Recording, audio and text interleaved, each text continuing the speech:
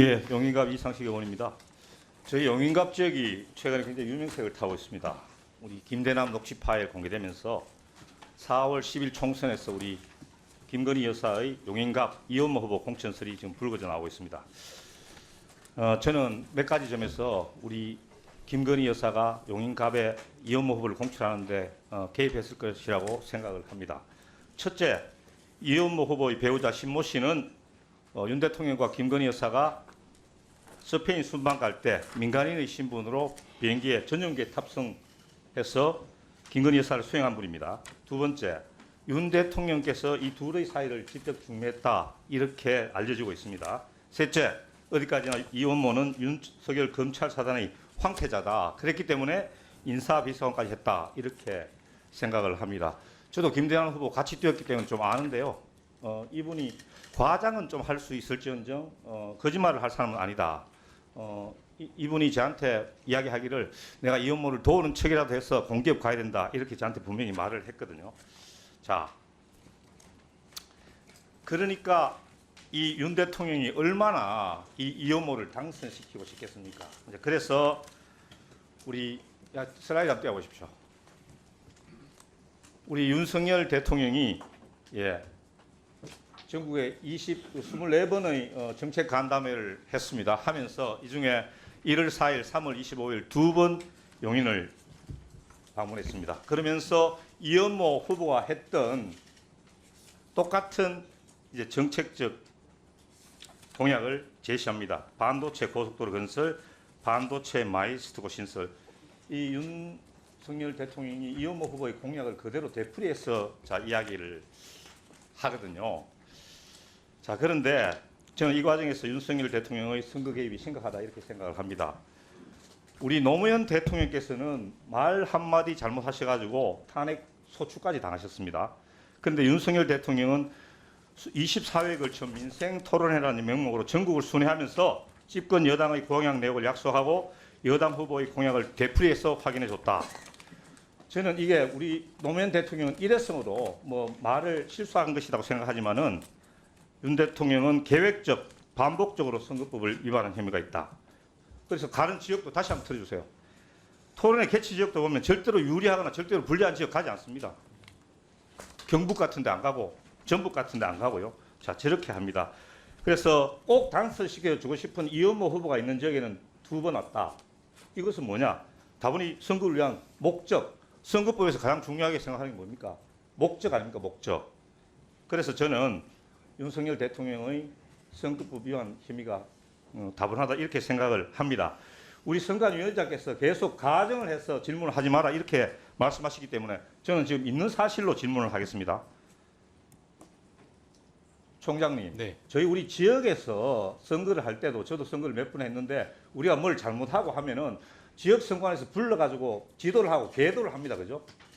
그런데 왜 우리 중앙선관위에서는 대통령께서 이렇게 잘못된 나중에 시비거리가 있을 수도 있는 이런 선거법 위반의 우려가 있는 이런 행동을 하시는데 왜 선관위에서는 그때 아무 제지도 하지 않고 그냥 방관했습니까?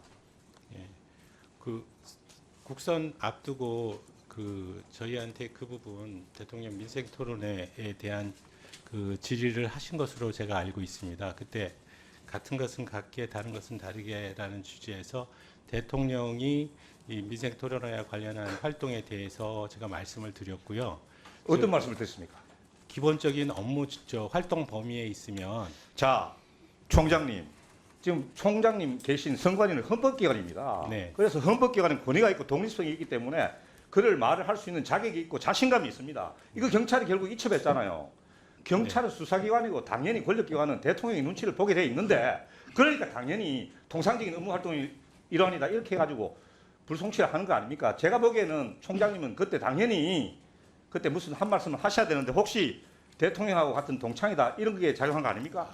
절대 아닙니다. 알겠습니다. 네. 예. 자, 또 다른 문제가 있습니다. 이현모 후보 2022년 대통령 비서관 재직 시에 446억 원 재산 신고했습니다. 그런데 22대 총선 후보자 재산 신고에는 60억이 감소했어요. 그 주된 이유는 뭐냐? 자생바이오라는 신모 씨가 가진 주식 4만 주가 없어졌다. 근데 문제는 뭐냐면은 이 배우자가 자생 한방병원을 들어보셨죠, 총장님? 거기에 대주주예요. 여기서 자생한방병원에서 2020년 8일부터 2022년 8일까지 90억을 대여해줘요.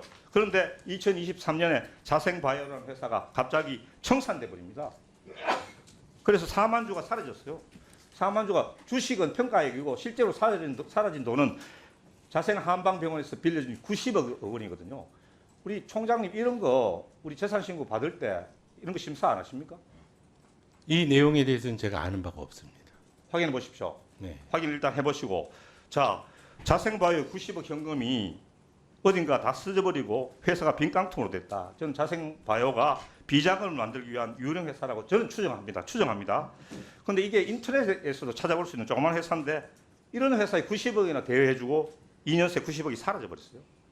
그 용처가 저는 매우 궁금하다, 총장님. 저는요 선거법 위반으로 지금 이제 기소가 된 상태인데 현금 1억 5천을 4년 동안 썼다, 이걸로 수사기관에서 세게 추궁을 받았는데 이거는 확인을 해보시면 2년 동안에 90억이 만약에 사라졌다, 저는 확인을 전제로 이야기하는 겁니다. 이거는 어떻게 생각하십니까? 용처가 어디겠습니까? 자생한방병원은 윤 대통령의 고액 후원자로 유명하다. 그래서 지금 자생한방병원에 뭐 특혜를 줬니 마니 하는 이런 언론 보도도 있습니다. 그리고 배우자 신모 씨는 김건희 여사와 친분이 각별하다. 윤 대통령이 이혼모하고 신모 씨를 중매할 정도로 또 그런 사이다. 그리고 김대남은 굉장히 설득력 있게 이혼모를 용인갑에 전략 공천한다, 이렇게 이야기하고 있으면 이게 뭐 논리적으로 3단 논법을 따지지 않더라도 이 돈의 용처가 어딘지 저는 조심스럽지만 이혼모 후보의 용인갑 공천과 관련이 있을 수도 있다. 저는 이렇게 생각합니다. 됐습니다. 예, 조은희 의원님. 이상식 위원님의 국감 태도가 도를 지나칩니다. 어제 이상식 의원님 저한테 5시에 전화 오셔가지고 증인 철회해달라고 저한테 사정하셨습니다. 제가 동의해드렸습니다.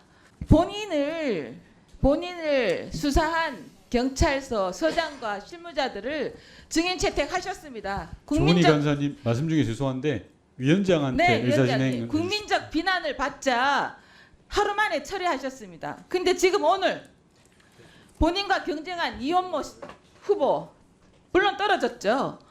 후보와 지금 모의 음해를 하고 있습니다. 국감장을 이용해서. 위원장님, 대통령과의 용부인과의 관계 친밀감, 그리고 90억 어디 갔냐고 지금 기관 증인한테 보복성 질문을 하고 있습니다. 그리고 오늘 김대남 지금 후보 동인명령서 불출석한 한 사람 중에 김대남 씨를 야당은 동행명령서 안 했습니다. 그리고 그 김대남 씨가 말했다고 자기가 폭로하려고 한다 그러면서 유리한 증언을 해주는 사람이니까 동행명령서를 지금 채택 안 한 것을 지금 증명해주는 듯한 발언을 하고 있습니다. 위원장님, 이렇게 낯뜨겁고 지금 국감장을 개인 보복의 장으로 만드는 이런 발언을 하시는 조은희 간사님, 위원장님의 상대 발언, 의원의 발언에 대한 게 아니라 의사 진행에 대해서 이야기를 이런 것을 제동을 걸어 주셔야 합니다. 이런 증인 채택과 이런 발언에 대해서는 국감장을 개인 보복의 장으로 만드는 것에 대해서는 위원장님께서 강력하게 제동을 걸어 주시기 부탁드립니다. 이상입니다. 네. 정말 부끄럽습니다. 조은희 간사님 수고하셨고요. 제가 앞서 위원장님께서도 여러 번 이야기하셨는데 상대 의원의 질의에 대해서 평가나 폄훼하지 말자고 이야기하셨는데도 그 이야기 하셔서 제가 2분 동안 다 듣고 있었습니다. 이상식 의원님 2분 동안 의사진행 발언하십시오. 저도 끝까지 다 들어드렸습니다. 제가 우리 조은희 간사님한테 요청해가지고 정인 신청을 처리한 거 맞습니다. 예. 그렇지만 사정한 게 아니고, 예, 비난을 받아서 그런 게 아니고, 제가 옛날에 근무했던 그야말로 뭐 후배 경찰관들에 대해서 제가 여러 가지 생각이 들어가지고 자진 처리했다, 이 말씀을 분명히 드립니다. 그리고 혹시 그 과정에서 여러분들한테 뭐 우리가 국감 신청을 마구잡이로 했다 하는 이런 비난이 있으면 거기에 대한 비난은 제가 이제 기꺼이 받아들일 용의가 있습니다.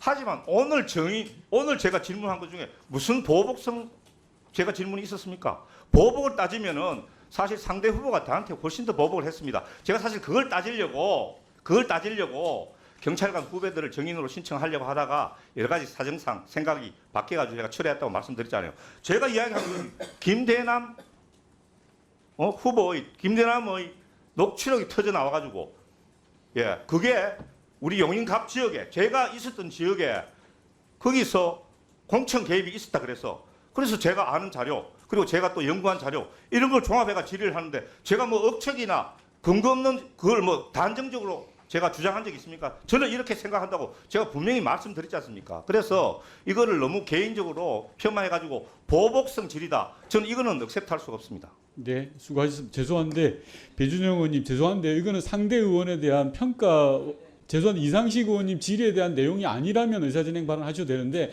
만약에 그 내용이라면은 허용을 하지 않겠습니다. 의사진행 발언 하시겠습니까?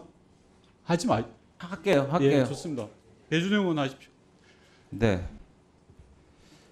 오늘 그 문화일보 일면자입니다. 동행 명령권 남발, 검찰 행세하는 거대 야당, 국감 사흘간 6건, 벌써 역대 평균 2.6건 넘어.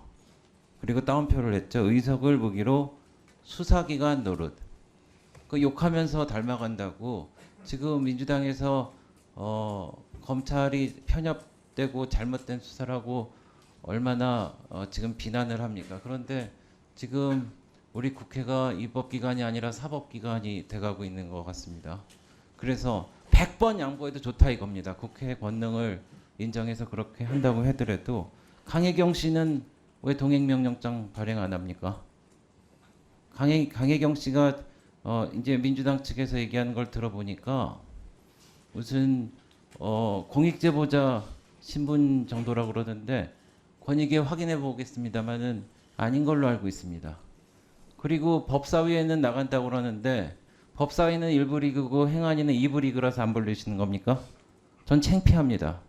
그리고 김영선 전 의원, 명태균 오전에는 또 김건희 여사 주변인이라고 그랬는데 대질신문이 두려워서 그렇게 안 부르는 겁니까?